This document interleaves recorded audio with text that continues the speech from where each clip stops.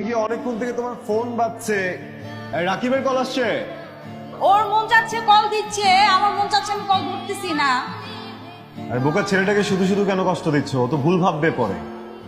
তোমার যদি এত কষ্ট লাগে তুমি ফোনটা ধরো, ধরে কথা বলো। আসসালামু আলাইকুম রাকিব, আমি শুভ্র। পিঙ্কি আসলে একটু রেডি হচ্ছে, হ্যাঁ, একটু ফোনটা ধরতে পারছে না। আসলে বলি বা ইমার্জেন্সি কিছু হলে আপনি আমাকেও বলতে পারেন, আমি জানিয়ে দিই। কল যে এতক্ষণ কেন ধরা হচ্ছিল না সেটা এখন আমি বুঝতে পারতেছি। শুভ্র, আমার সাথে যদি চেক করা হয় খুব খারাপ হয়ে যাবে কিন্তু। রাকিব, আপনি ভুল বুঝছেন। আপনাকে ঠকাবো, আমরা তো আপনাকে ঠিক করার মতো কিছু করছি না। আমি তোদের কারো কথা বিশ্বাস করি না, তোদের রক্তে মিশে আছে মিথ্যা, তোদের মিথ্যা অনেক টঙ্গ হয়েছে। রাকিব প্লিজ, আপনি একটু বুঝে কথা বলুন।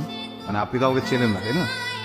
না চিনে একটা মানুষের সাথে কথা বলা উচিত না। প্রয়োজনে আপনি আমার এখানে আসুন, আমার সম্পর্কে বা আমার ফ্যামিলি সম্পর্কে একটু ধারণা নিয়ে তারপর কথা। তোর জন্মেরই তো খোঁজ নাই, তো কোন বাবার ক্ষতি করে? তুই যদি এক বাবার এক ছেলে হয়ে থাকিস তাহলে তো আজকের মধ্যে পিঙ্কে কেটে বসবি। হ্যাঁ রাকিব, রাকিব প্রিয় পিঙ্কি, তোমার সাথে কাটানো প্রত্যেকটা দিন আমি খুবই এনজয় করেছি।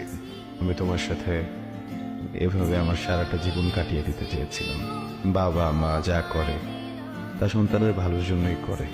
তোমাকে পাওয়ার পরে কথাটার গুরুত্ব আমি বুঝতে শিখেছিলাম, কিন্তু আমাদের দেখাটা হয়েছে ভুল সময়।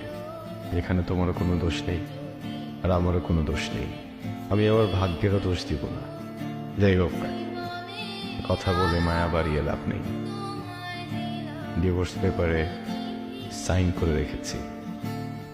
আজ হোক বা কাল হোক, তোমার আর রাকিবের ভালোবাসার সাথে হলেও তোমাকে আমার ছেড়ে দিতে হতো।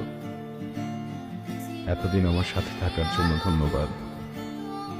আর আবার কোনো ভুল ত্রুটি হলে মাফ করে দিও। এটি তোমার প্রাক্তন হাজব্যান্ড শুভ্র।